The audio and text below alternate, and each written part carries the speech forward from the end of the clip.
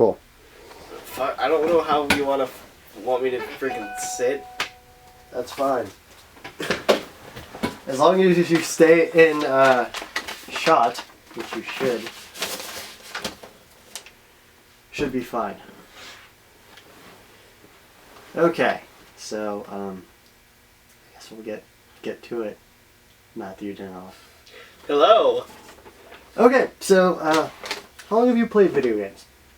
Pretty much all of my life. So, my first system was a Nintendo 64 with a purple see-through controller with a vibration pack, because you gotta have that.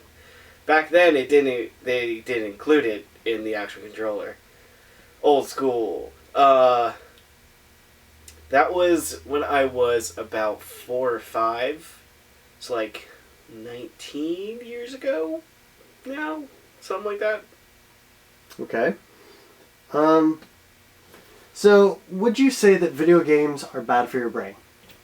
I say the complete opposite, actually. Really? Why?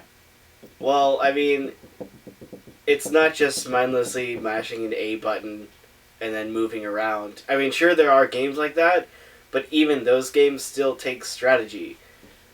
Like, each game takes strategy, each game takes skill to do, whether it's pressing a button or pressing 5 buttons in a certain order at a certain time in order to complete the passage on a Rock Band chart, or in WoW, do the right cycle so your teammates don't, die if you're the healer, or, I mean, it's probably quite the opposite. It's probably really good for your brain, because it makes you think in a different way than just, I don't know, being at school and answering questions on an endless day basis until you leave. So, yeah, it helps brain function and help you think in a different way. So the answer would be yes. So you would say that video games are bad for your brain? No! Sorry. Video games are not... So no! Video games are not bad for your brain. Okay. Would you say that any game has helped you mentally? Has helped your brain?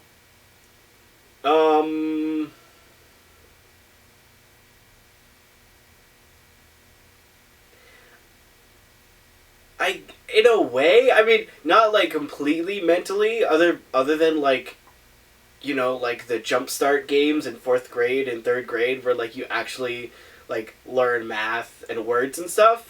But like, I mean, it's definitely helped my like mental health in a way. Like video games are fun. They're an escape. They work your brain instead of just sitting in front of a TV and just watching people do stuff. It's interactive. It's inventive. Like for instance, in high school, I was pretty much a loser, and so I'd go home and play video games all day, and it would make me remind myself that I'm not a loser. So I mean, in that way, yeah, it definitely helped my mental health that way. I mean, there's always the other side of the coin where it can damage your mental health. Not the video game itself, but online communities in video games are very, very, unfortunately for the most part, not friendly. In that, like, so for instance, in a game like Call of Duty, if you just run down like the middle lane with nothing and like you just get headshot like out of nowhere, you're gonna get like the enemy team is gonna be like, oh my god, this guy's such a noob, and your team's like, what the hell are you doing? Blah blah blah. Like, so I mean, if you don't have a already strong mental insight to games and realize that it's just a game sometimes, then it can hurt your mental health. But like, for the most part, most people are rational enough to realize that, okay, I've played this game enough for the day. I'm gonna turn it off and go to sleep, or do something else, or play a different game that's solo player. So the video games itself do not hurt your mental health. However, I could definitely see the communities around video games. Some video games can hurt your mental health if you don't realize that it's just a game. Okay. Would you say that video games can also help you become more physically fit as opposed to just mentally? Physically fit? The video games themselves, probably not. But if you do, like, a workout regime based off of the video game, then yes. So, for instance, back in, I think, 2013 and 2014, there was a pro League of Legends player by the name of Snoopy who played on, I'm forgetting the name, but he played on Alliance. He also played on EG, or Evil Geniuses, but that's besides the point. He would do video logs or vlogs that was basically Get Fit with Snoopy, which means when he was streaming, he would take the, like, KDA or the kill to death ratio, assist ratio of his game. So, like, if he went, let's say, I don't know, 10 kills, 2 deaths, and 5 assists or something in a game, he would do, like, 10 times 5 for his kills for, like, 10 so 50 push-ups, or, and then add another, I don't know, 5,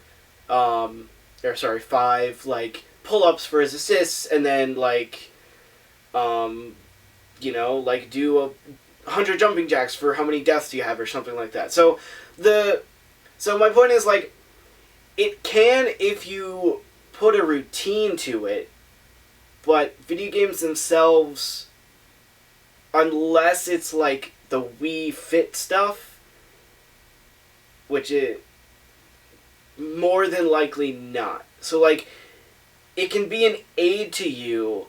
However, you as a person would have to put in the work to make yourself physically fit based on the game if you want.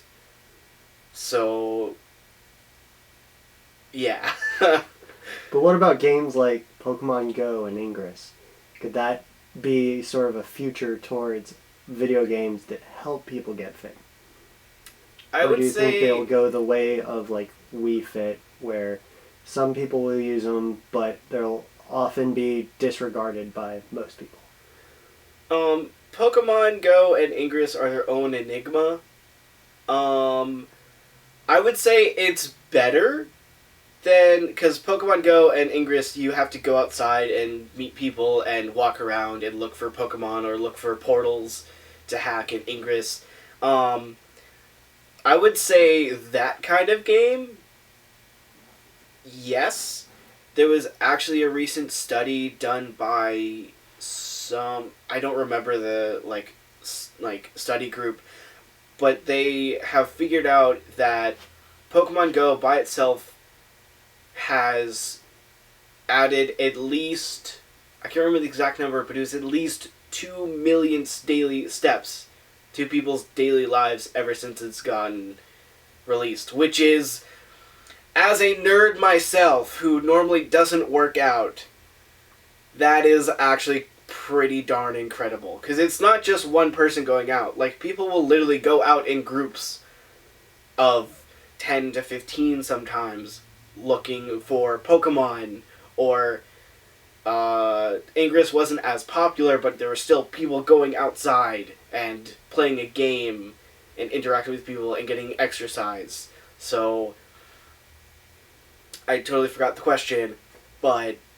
Do you think that Pokemon Go and Ingress could possibly be, like, a future for games that do help people get fit? Or do you think that games are just going to fizzle out for the most part when it comes to helping people get physically fit, like the Wii Fit did? I mean, yeah, I think it's going to... I think it's definitely... I mean, it's already helped already, and I'm hoping that it will continue to get people up off their couch or behind their computer and go out and walk or bike. But everything has an end. So, and depending on how the company handles the player base and the app itself, it could last another 6 months. It could last another couple of years, or it could fizzle out by the end of this year. So I mean, it's probably never going to be as popular as it was in the first month of its release, because literally everybody and their mother was talking about it and playing the game. However, there's still going to be that core fan base of, I literally grew up with Pokemon, and I've always wanted to go out. This is the closest thing I'm ever going to have to being a Pokemon trainer. So, I believe that it'll still go on decently strong for another couple, at least months, depending, but I mean, overall, yes, I believe that there in the future there will be more things like that through games that will help people, All right. Do you think that video games are antisocial? No, not at all. There's a huge stigma of, oh man, that kid plays video games, he must have no social life. It's the complete opposite. It's not the complete opposite, it's just a different way of socializing. So, if somebody plays football, they're going to go out to, like, a park, and they're going to go throw a ball around and play football with friends and people. Football is an easy way to just join, right? The thing about video games and being social is that, like, you can be, there's gaming bars that you can go to. You can rent out a computer or a TV station and play video games